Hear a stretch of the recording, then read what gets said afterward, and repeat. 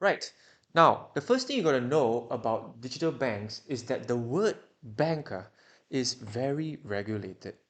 Okay, which is why whenever you see an app which has bank in it, right, it is highly likely to be protected by PIDM up to 250,000 ringgit per depositor per bank.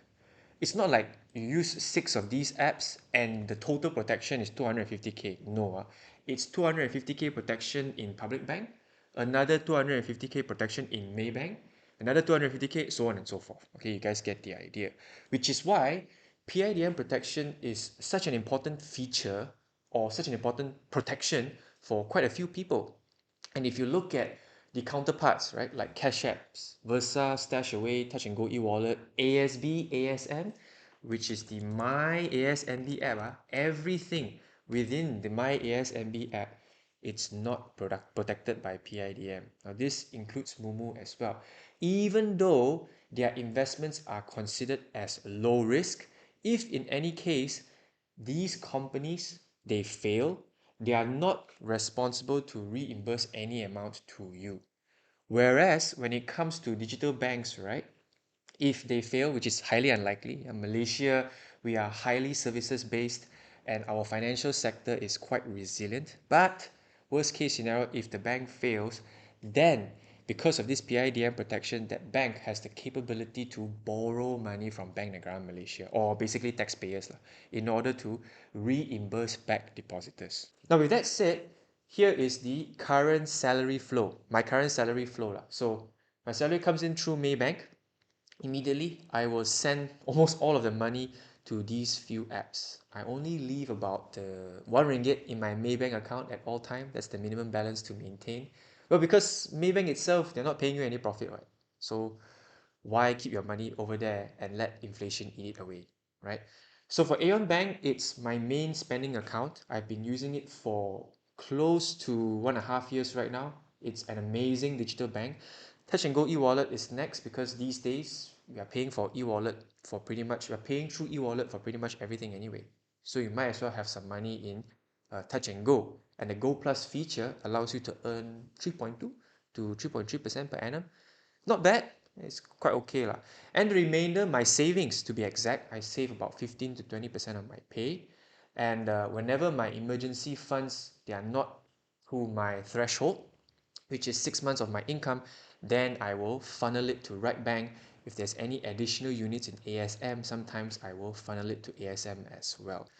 Now, when my emergency funds are fully topped up, i.e. 6 months of my income, then I will invest the remainder, which is in Rakuten, invest in US stocks, which is in Versa, invest in gold. But today, we are not talking about that. We are mainly focusing on digital banks only. So for the blue card, which is Ryt Bank. Now, by the way, I should mention this. Ryt Bank and Ryt Bank, they are not the same. Okay, Ryt Bank is powered by YTL and C Limited, whereas Bank Rakyat is Bank Rakyat. Okay, so don't get the terms confused. And it is pronounced as Ryt Bank, not Rakyat Bank. Okay, so for this blue card over here, I mean, the perks itself, basically, it's very juicy for new users. Okay, you get paid daily up to 4% per annum. And the base rate is actually a bit lower, is 3%, but it applies to your entire account. You get paid every day, regardless of whether it is in your safe pockets or your main account. Then to sweeten the pot until 30th of November, you will get an extra 1% bonus interest up to your first 20,000 ringgit in safe pockets. Okay, so if you are new to Ryt Bank, make sure to store most of your money, at least the first 20k lah, in safe pockets in order to earn this extra 1% interest. And again, the interest is paid every day. It compounds every day as well.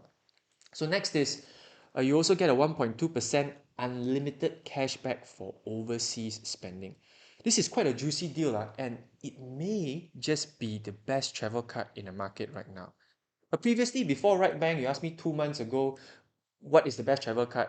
I will definitely say GXBank without a doubt. Yeah, quite a few people still think that it's Wise, but actually, Wise loses out to GXBank about 1.2 to 1.3%. I've done the comparison. I went to Japan in March and paid with 4 different cards. Wise, Touch and Go Visa, AEON Bank, as well as GXBank. So GXBank turned out to be the winner because they're giving you 1% cashback on overseas debit card spending. Meaning, if you just go for a trip, you tap, right, using your debit card, you instantly get a cashback already. It's unlimited, and they are waiving foreign transaction fees until the 6th of November. Now, for Ryt Bank's case, right, it's also pretty similar. They are waiving foreign transaction fees, which is pretty much the market rate. Okay, they're not going to mark up any of the foreign exchange rate. That is basically the foreign transaction fees. Then on top of that, you get 1.2% cashback, which lasts until 30th of November. Now notice I said May, because I haven't really gone overseas yet. I can't really definitively say that Ryt Bank is the best credit card until I've made a complete comparison, until I've paid with Ryt Bank card and GXBank card, screenshot both of their transactions, do the calculations, then only I can fairly say that, okay, Ryt Bank is better than GXBank, and it is the best travel card in the market right now. But so far, based on the details and based on their promo rates and whatnot, yeah, the blue card may just be the best one. But then again, their cashback may not be as instant as they advertised. Because if you read the T&Cs, it says that while we endeavor to disburse the cashback to eligible customers' right pocket immediately upon successful transaction settlement, the disbursement may take up to 14 business days if there are any issues. Now, take a look at GXBank's T&Cs. It says the cashback will be credited to an eligible customer's GX account once the overseas spend is authorized or settled. Meaning, if you spend with a GX card overseas, right, even when the transaction is labeled as processing, you already get your cashback. Okay, so that's an additional fun fact to know about GXBank, which is the cashback is really instant one. And if there are any issues regarding the transaction, then GXBank will just revoke back the cashback. Okay, and as for Ryt's case, it may not be as instant compared to GXBank. So another big selling point about Ryt Bank is its AI feature. Now this one, many people have talked about it, but I don't think it's been talked about enough. Mark my words, in the next 5 years, don't be surprised if all of the banks, including these traditional banks over here, right, all of them are AI powered. Okay, you no longer need to press transfer, then minimize your app, then go and copy, then go and select which bank, then transfer. Okay, that's a bit of a hassle. You can just directly use the AI and just say, I want to transfer 20 ringgit to my Do It Now ACC. The AI understands and it immediately knows that my phone number is attached to my Do It Now account. So this is pretty new, and it's still in beta, but give it another 1 to 2 years, then I think more and more people will start using it. And probably in the next 5 years, you cannot live without it anymore. It will be as normal as paying cashless. So 5 years later, we'll come back and revisit this, okay, see whether I'm right or not. Okay, the next one. So AEON Bank is the second best digital bank, and the biggest selling point is that it is Sharia compliant. Now, unfortunately for Muslims, Ryt Bank is not Sharia compliant, as I mentioned or as I specified over here. We'll go through this list later, okay? But yes, AEON Bank is, and they give you 4% cashback on all your grocery spending. So it's in the form of AEON points, so 8x AEON points. You do the math, it's about 4% cashback. And the cashback is not instant. It takes a few days for the AEON points to be reflected in your account. Then you have to go to the rewards section and claim it manually. But still, the cashback rate is quite juicy, especially if you frequently shop for groceries. But even if you don't, the base cashback rate is 0.5%, which is okay, nothing to shout about. But bear in mind, this is a debit card, and compared to credit cards, right, the fees that you are paying is much less. For AEON Bank, you're only required to maintain 20 ringgit in the account at all times, and the annual fee, first year is waived, is only 8 ringgit. Now you compare that to credit cards. First of all, you have to pay the service tax, which is 25 ringgit already. Then on top of that, if you do not meet their minimum monthly spend, right, then some fees can go up to 300 ringgit per year. So if you're not those people who like to maximize all those credit card perks, right, then debit cards may just be for you. Okay, now safety is a whole other issue. We will debate about it after the session. So apart from that, you can also earn 3% per annum on all your savings pots. Now this one is savings pots only. Your main account, the earnings rate is much lesser. It's only 0.25%. But then again, you can withdraw your balance from your savings pots anytime. So it's effectively a 3% return rate. Okay. So here is the cashback in numbers. Now, I typically spend about 200 to 250 ringgit on my groceries every week. 4% cashback, you get about 8 to 10 ringgit back every week. Now, for other spending, except for non-Shara compliant merchants, you won't get cashback for spending on bars and whatnot. But for generally other spending, you get 0.5%, which is not a lot. It's like a ringgit or 2 ringgit on the capital of 250 to 350 ringgit. But across 1 year, that's an extra 440 to 564 ringgit back to me. Now, if somebody on the street tells me today that, hey, you know what, you can maintain all of your spending habits right now, but on top of that, you get back 400 to 500 ringgit per year. That's actually quite a juicy deal. So as much as possible, maximize this because it will be expiring on the 31st of December.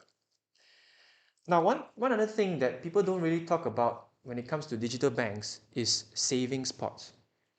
So traditional banks, I'm not too sure about Public Bank as well as CIMB lah.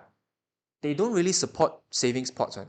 Okay, but all of the digital banks that are listed in the market currently, they support savings pots, and this feature can be used to control your spending further.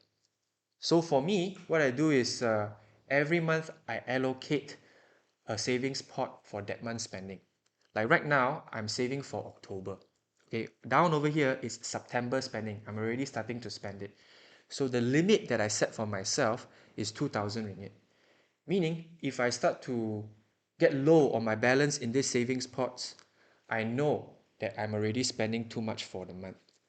Now, this is very different compared to if you see your bank account as a lump sum. Right, let's say you're saving for your Japan trip, you're saving for your December celebration, and then your regular spending as well, all in your Maybank account. Right, you see 5,000 ringgit, you feel very rich. Some people may be tempted to spend. But with savings pots, you get to clearly see which money is for what. Okay, and at the same time, you get to earn a decent profit rate as well. And not to mention, for Ryt Bank, the safe pockets that you create, you earn 4% per annum up to 20,000 ringgit. So here is where I put my extra rent in. So for some of you, you may know that I'm renting an apartment right now. I pay 1,500 ringgit every month for my rent. So I try to be at least 3 to 4 months ahead of my rent. So any extra rent, I save it inside here. Allows me to earn some extra profit as well. Okay, so with that, here is the full list of digital banks in the market right now. Now, don't look at the first one, My Raji Rise, because this app, I can't believe it, man. With every single update, it is getting worse and worse. Okay, its user interface is bad, the app is extremely laggy, and the customer service is not responsive. 2 to 3 weeks ago, the app actually encountered a severe glitch. Many users complained that they were not able to withdraw their funds. I was one of those users, okay? And I called their customer service, wait for a good 20 minutes, nobody answered. I messaged their Instagram, waited for 4 hours later, they sent me a classic template response. They say things like, oh, we're sorry this happened, we're resolving the issue soon, don't worry, your funds are safe. And then after that, I checked back, 24 hours later, it's still the same issue. So when Ryt Bank came in, I tried registering for the app. I got approved instantly. Now this is really a good sign already. And the feel of the app itself, right? You will know it whether the app user face is interactive or not. Okay, so my advice is try and use multiple apps and see which one fits you the most. Okay, for me, I think Ryt Bank's interface easily is the best. Okay, and that's when I literally withdrew everything from my RRG and transferred it over to Ryt Bank. So AEON Bank, we talked about it just now. It's an amazing bank, particularly if you are spending a lot of your income in groceries. Okay, GXBank, amazing travel card. Okay, I don't know whether it's better than Ryt or not, but actually it's not much difference because 1.2% versus 1%, the difference 0.2%, on your capital of 10,000 ringgit is only an extra 20 ringgit. Okay, so it's not really a lot of money lah. And if you want to stick with GXBank, it's entirely fine. So Boost Bank, the app user face is not very good lah. I tried it last year. I'm not so sure about right now. If you are an active user of Boost Bank, do let me know what you think about the app. Okay. Half Digital Bank, they give you 5% per annum on your first 2,000 ringgit. Now, instantly, a lot of people open their eyes. Be like, wow, 5% per annum, very high rate. Let me move all my money there. But remember, it's only on the first 2,000 ringgit. And let's say if I maintain it in my AEON Bank account, the difference is 2% per annum on 2,000 ringgit. 1 year is only 20 ringgit. Okay, 20 or 40 ringgit. It's actually not a lot of money. Okay, and the App Store reviews are horrendous. Okay, so I will not move to that app. Ryt Bank, the best bank in the market so far. And finally, there's Atlas Bank Mamalat giving you 3.88% per annum on the first 20,000 ringgit. They also pay you out every day. So the App Store reviews for this are decent. I've yet to try this app. So if you're using Atlas Bank, you can let me know what you think about the app. So out of all these 7 digital banks, right, I've tried 5.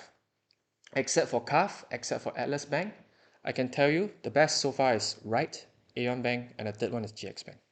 Okay, so if you disagree with me, that's entirely fine. We can debate about it during the Q&A session. And with that, that brings me to the end of my short and sweet session. Feel free to use my referral codes. I will send it over at the general chat later, and you can sign up if you want to. Okay, so let's have a look at the poll. Let's see which banks you guys are using right now. Ooh, okay, so there's 57 votes. Let me just show the results. Yeah, quite a lot of people are using Ryt Bank. Okay, and I suppose it recently just launched only, and so many people are using already. I suppose it's because it really is one of the best digital banks in the market right now. Okay, GXBank, AEON Bank, yeah, these are the top 3. You compare it to other banks, right? It's really no comparison.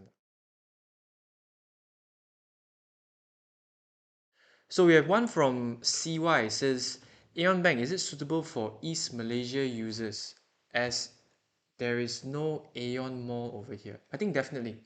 Yeah, because the selling point for AEON Bank is not only spending towards AEON grocery stores. Now bear in mind, the cashback over here applies to every grocery run, which means places like Speedmart, places like what's that store called? Jaya Grocer, places like Cold Storage.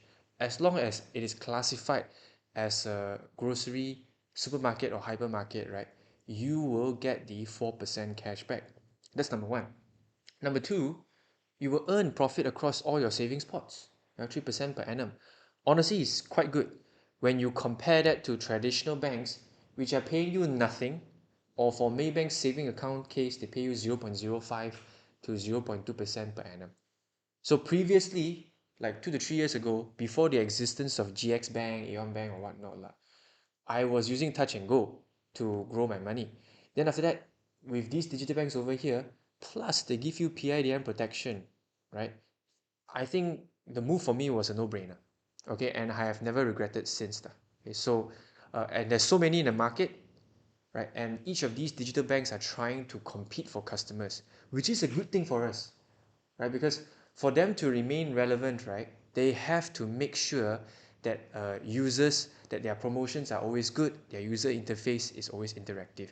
And over here, you may have seen that the promotion rate for AEON Bank's 3% per annum expires on the 31st of August. Actually, no, they have extended it to 30th of November. And that's because they probably want to retain more users to continue using their app. And back to my thing about competition over here. Okay. So yes, the answer to your question, I think it is still suitable for East Malaysia users, even though there is no AEON Mall. Plus, right, the cashback, the base cashback 0.5% applies to all categories, except for those like you pay your TNB bill, you transfer using Do It Now, you reload TNG card, right? This one no need to say, this one you definitely won't get cashback, right? But for generally most spending, like debit card spending on restaurants or whatnot, or buying your sport shoes, right, you will get a 0.5% cashback, which is okay. At least you get some money back, okay? So next question from Deborah asks, As a student who is not currently earning an income, would you recommend putting savings into digital banks versus traditional banks? How about putting money into EPF or FDs? So, okay lah, if I can wind back time, back to my college days, right, 18 or 19 years old, what would I do? Considering everything in the market right now. Now, first thing is, I will register for digital banks first. Either Ryt Bank or AEON Bank, I will choose one and then put some of my money there. And I'm also frequently using Touch and Go e-wallet. I will also put some of my extra savings over there to let it grow gradually. And once I've hit a certain amount of savings, so I'll probably just target a random figure like target my first 5K. Try and save my first 5K first, and then after that we'll think about what to do with it lah. Okay, then once I reach the first 5K already, then I will start to think about, okay, my extra savings, what am I going to do with it? Do I want to invest in low risk, low return places, such as like what you correctly mentioned, EPF or fixed deposits? Or do I want to maximize my risk, right? Because the money that I'm going to invest in, I'm probably investing for retirement. I won't use it for a long time anyway. And if I'm investing for long term, then I might as well invest in other better markets that give me better returns. In this case, such as the US market, right? If you look at the S&P 500 index. So these are the few things that you can learn lah, after you've built a sufficient buffer of your own savings. Okay, for me, my threshold is 5K. Then after that, I will start to explore different types of products in order to maximize my returns. Like for the S&P's case, since 2024, the returns is, let's see, it's 36%. Yeah, it's 12 times better than keeping your money stagnant in AEON Bank or perhaps even Ryt Bank. So yes, there is different mountains lah. When you start comparing like this, obviously the mountains are endless lah. Okay, but for a student, I will definitely save some money first, register for digital banks, learn more about these products, and then after that, gradually go towards investing in the US market, crypto, the Malaysian market, or whatnot. Okay. As for EPF or fixed deposits, I probably won't look at those first. Because you got to understand, EPF, when you put your money there, you will lock it up until 55. You won't get to withdraw it out. Okay, so you're basically sacrificing a lot of your liquidity lah. And fixed deposits, well, yeah, the fixed deposits right now, if you look at our website, okay, which I will send you guys the link later as well, I compile the best fixed deposit rates every month. How much are they paying you? Well, they are paying you 3.75% per annum. That's the most generous already. Okay, the others is like 3.6, 3.55, and it drops lower down the list. Okay, and there is a minimum deposit. Minimum you must have at least 1,000 ringgit. That's generally across the board for all fixed deposits on most of the banks. Okay, so you can refer to it. You can refer to the article over here and other articles within our website also. So hopefully I answered your question. Okay. So next one from Coco Milu asks, would digital banks be better for a large sum of emergency funds or some other options? Well, yes and no. Okay, because number one, they have instant liquidity, which means you get access to your funds pretty much instantly. Okay, so during the start of the session, if you were with me during the start of the session, right, you'll have noticed that I mentioned that some of my emergency funds, probably about a third, 30% to 40%, is in Ryt Bank. Because sometimes in an absolute emergency, you need that funds immediately one. Okay, and that's why I store quite a healthy chunk of it in Ryt Bank, and the remainder goes into my ASMB or ASM whenever they open up additional units. Okay, so I say yes because you have instant access to it, and the return so far for Ryt Bank's case is not bad, right? You get 3 to 4% per annum, and across the board, most digital banks are right now giving you about 3%. So it's okay. At least it keeps up with inflation. But the no part to your question is that, well, honestly, you can get much better returns lah for a low risk product. Okay, and that's obviously in ASM. Okay, so ASM, they are currently, if you're Bhumiputra, ASB is a no-brainer, okay, because ASB, it pays you like 5.5 to some years 6%, right? So 2024 dividend for ASB is 5.75%. For ASM is 4.75%. Okay, So these are unit trust funds that are investing in low risk like that. They're mainly investing in Malaysian stocks such as Maybank, stuff like that. 80% is invested in the Malaysian stock market, but the majority of their holding is in stuff like Maybank, Sime Darby, and then Tenaga National. It's those blue chip stocks in Malaysia. Okay, so I can't really say it's extremely safe, but it's much safer compared to investing regularly in stocks or whatnot. Okay, and the returns that you get is quite a bit higher, like what I stipulated over here. Okay, so for me, my strategy is I will split it. Okay, so some of my emergency funds, which I need instant access to, I probably keep like 30 to 40% in Ryt Bank or a few other digital banks lah. And the other option that I will definitely consider is ASM or its other similar funds like ASM2, ASM3. Okay, so Bhumiputra, then no need to say lah. ASB is definitely a no-brainer. Okay, so hopefully I answered all of your questions for the night. If there's anything that you want to ask more, go ahead, ask away. Hopefully the session was beneficial to you. Let me just quickly send you guys this list as well, so you can refer to it at your own time. By the way, our Patreon members and Futurist members actually get to view this compilation once a month. I actually update this every month. Okay, so if you don't want to miss this compilation over here, plus the table of cash apps or whatnot, right? Then make sure to subscribe to our membership. Alex will send you guys the link later. Bye. Thanks for joining. Stay safe. Good night.